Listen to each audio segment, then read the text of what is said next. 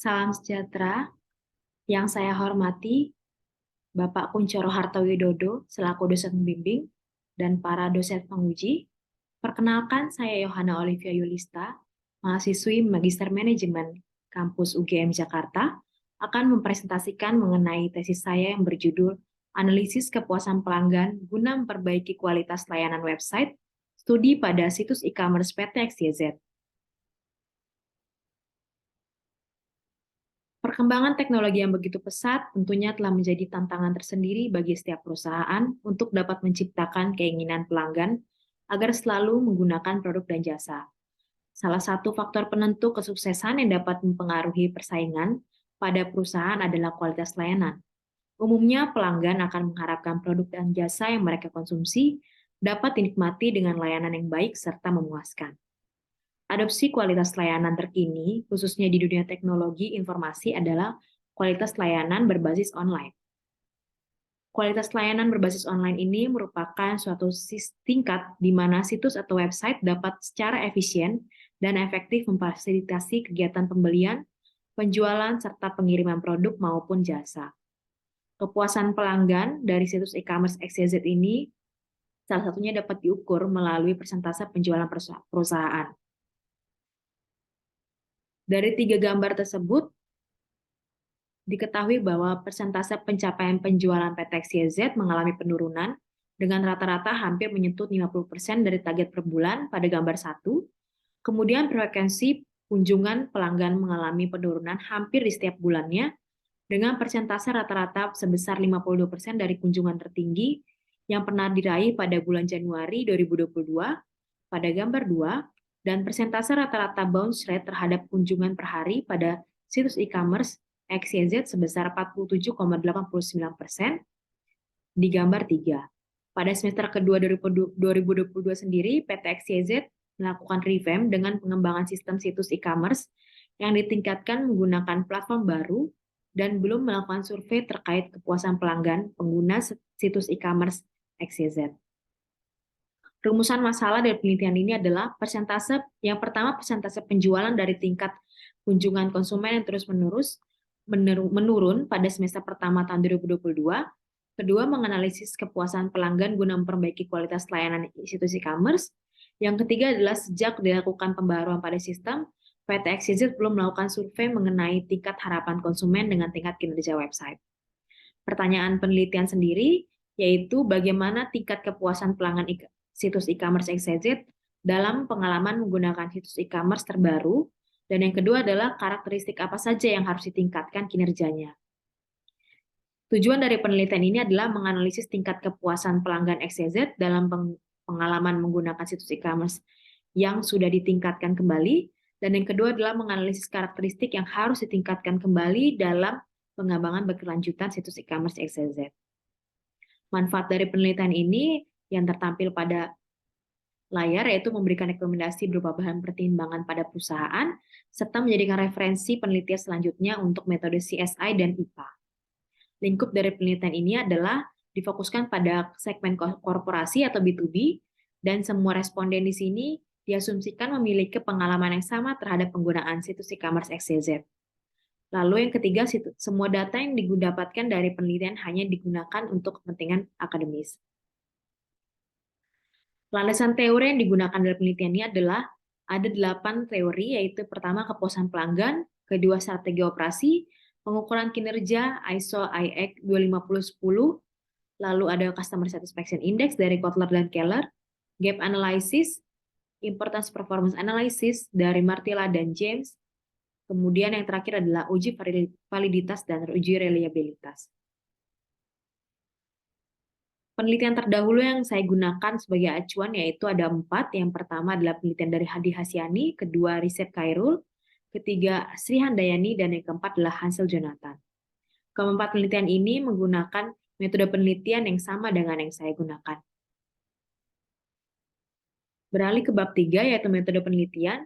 Desain dari penelitian ini terlihat pada flowchart atau alur penelitian yang ada di layar, di mana dimulai dari studi lapangan hingga proses pengumpulan serta pengolahan data dan analisis serta melakukan kesimpulan dan saran dari penelitian ini. Metode pengumpulan data yaitu pertama lokasi penelitian di kantor pusat XYZ yang beralamat di Puri Kembangan. Lalu populasi dan sampel, teknik samplingnya adalah non-probability sampling dengan jenis sampling purposive sampling, yang dimana sampling ini digunakan untuk tujuan tertentu. Yang kedua, lalu populasi dari penelitian ini adalah 590 pelanggan B2B. Sampelnya ada 117 pelanggan B2B aktif yang aktif melakukan transaksi pada tahun 2022. Dan teknis kuesioner ini adalah dibuat secara online dan dikirimkan melalui email resmi yang disebarkan kurang lebih 3 minggu.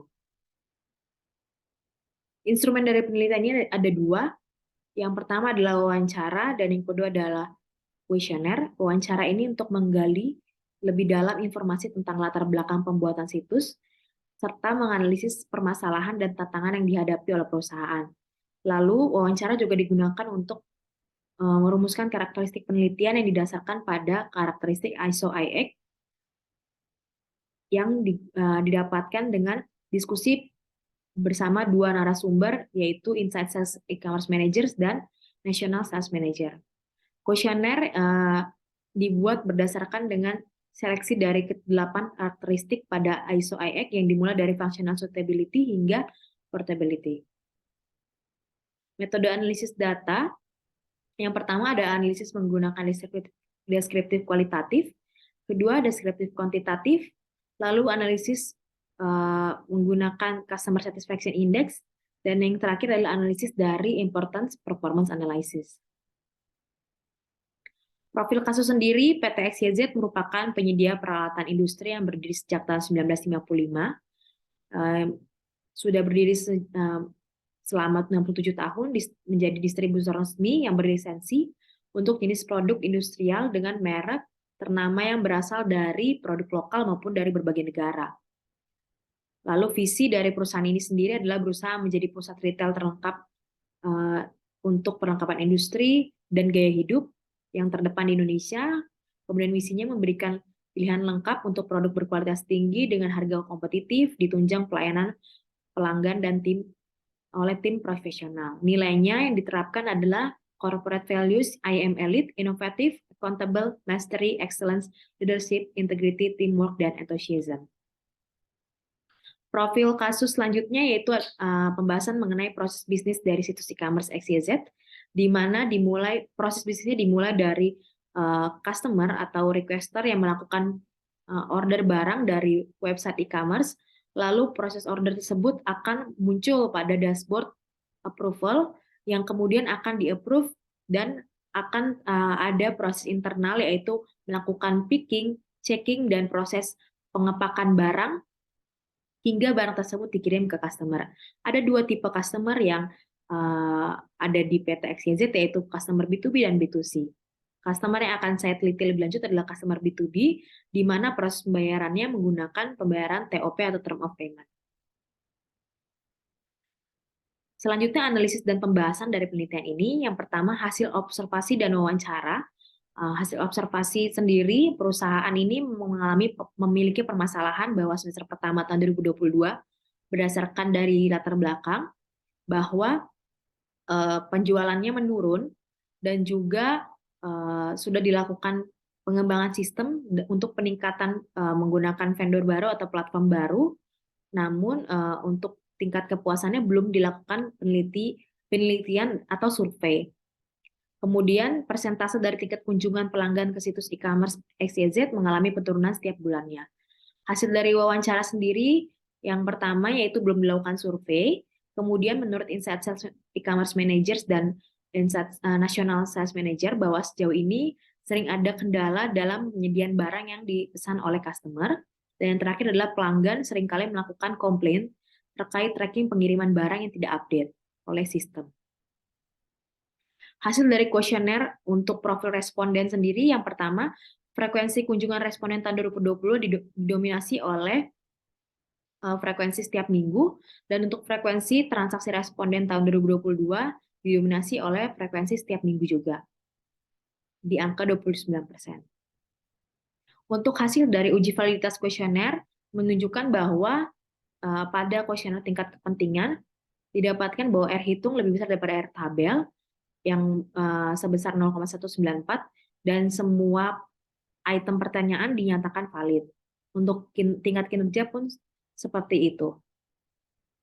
Untuk hasil kuesioner berupa uji reliabilitas kuesioner sendiri, dari tingkat kepentingan dan tingkat kinerja, nilai Cronbach alpha lebih besar daripada 0,6 dan hal tersebut menyatakan hasil dari data kuesioner tersebut reliable.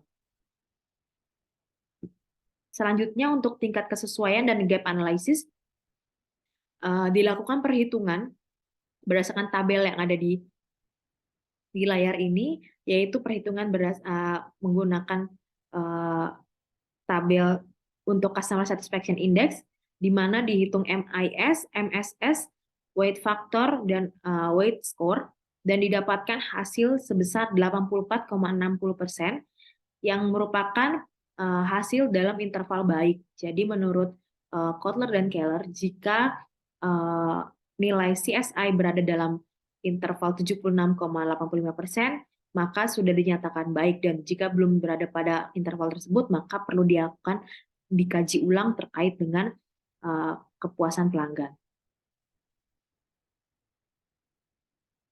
Lalu secara gap analysis sendiri, dari tingkat kesesuaian yang didapatkan, ada dua pernyataan yang dirasa sesuai oleh pelanggan terkait tingkat kepentingan dan tingkat kinerjanya yang sinkron, di mana ada di pernyataan 4 dan di pernyataan 16. Kemudian hasil dari pengolahan metode IPA sendiri, yang pertama dilakukan rekapitulasi kuesioner per pernyataan yang dirata-ratakan seperti tabel, yaitu dari tingkat kinerja dan tingkat kepentingannya sendiri. Lalu yang kedua menghitung rata-rata seluruh pernyataan tersebut menjadi nilai memotong tegak lurus ya. Jadi tingkat kepentingan dan tingkat kinerja rata-ratanya akan digunakan untuk sumbu dari X dan sumbu dari Y. Lalu yang ketiga, hasil dari kuesioner digunakan untuk mengetahui posisi kuadran dari masing-masing pernyataan. Ada pernyataan 1, 2, dan 3, dan 4. Lalu yang keempat, hasil diagram menjadi bahan diskusi untuk improvement dengan para expert dari PT SYZ. Berikut ini adalah tabel dari pengelompokan hasil metode pengolahan IPA, yang dimana ada 4 karakteristik yang masuk ke dalam kuadran pertama dan harus ditingkatkan, yang ada di blok warna merah. Selanjutnya, strategi operasi dan rekomendasi perbaikan. Pada kuadran pertama, yaitu ada pada rekomendasi untuk karakteristik 20, 17, 19, dan 10, di mana mayoritas perusahaan perlu melakukan pilot testing untuk trial kembali terhadap bug yang terjadi dan agar tidak terjadi atau muncul bug kembali. Lalu perusahaan sebaiknya bekerja sama dengan perusahaan logistik yang memiliki fitur trace and tracking, dan yang ketiga adalah perusahaan perlu mengembangkan sistem pembaharuan stok, dan yang terakhir adalah perusahaan perlu mengembangkan tampilan menu dengan melakukan benchmarking dengan situs yang sejenis. Untuk kuadran kedua, strategi operasi yang dilakukan adalah dengan melakukan pertahankan kinerja dengan melakukan peningkatan pada periode jangka waktu tertentu. Yang ketiga, ini ada kuadran dari kuadran 3, ada 7 rekomendasi perbaikan yang bisa diberikan kepada perusahaan. Dan yang terakhir adalah kuadran 4, yaitu strategi operasinya adalah pengalihan sumber daya keuangan atau anggaran biaya pengembangan pada pernyataan kuadran 4 ke pernyataan yang mendesak untuk dilakukan perbaikan, yaitu kuadran 1.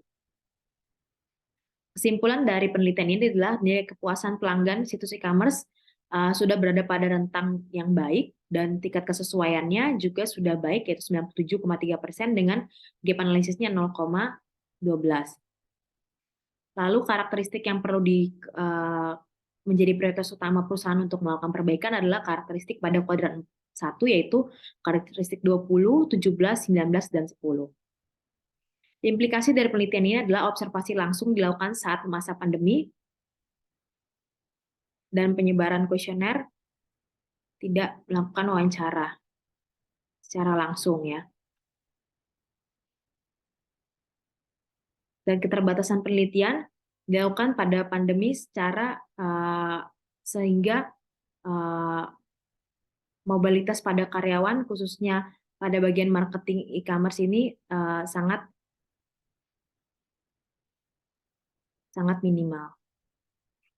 Saran untuk institusi sendiri, saran dari perbaikan kuadran 1 dari hasil analisis sebaiknya ditindaklanjuti. Kemudian yang kedua, PT XYZ perlu melakukan survei kembali secara berkala. Dan saran untuk penelitian selanjutnya adalah sebaiknya dilakukan penelitian dengan menggunakan karakteristik atau subkarakteristik dari ISO IEC lainnya yang belum digunakan dalam penelitian ini. Sekian presentasi dari saya. Mohon maaf bila ada salah kata. Salam sejahtera untuk kita semua. Terima kasih.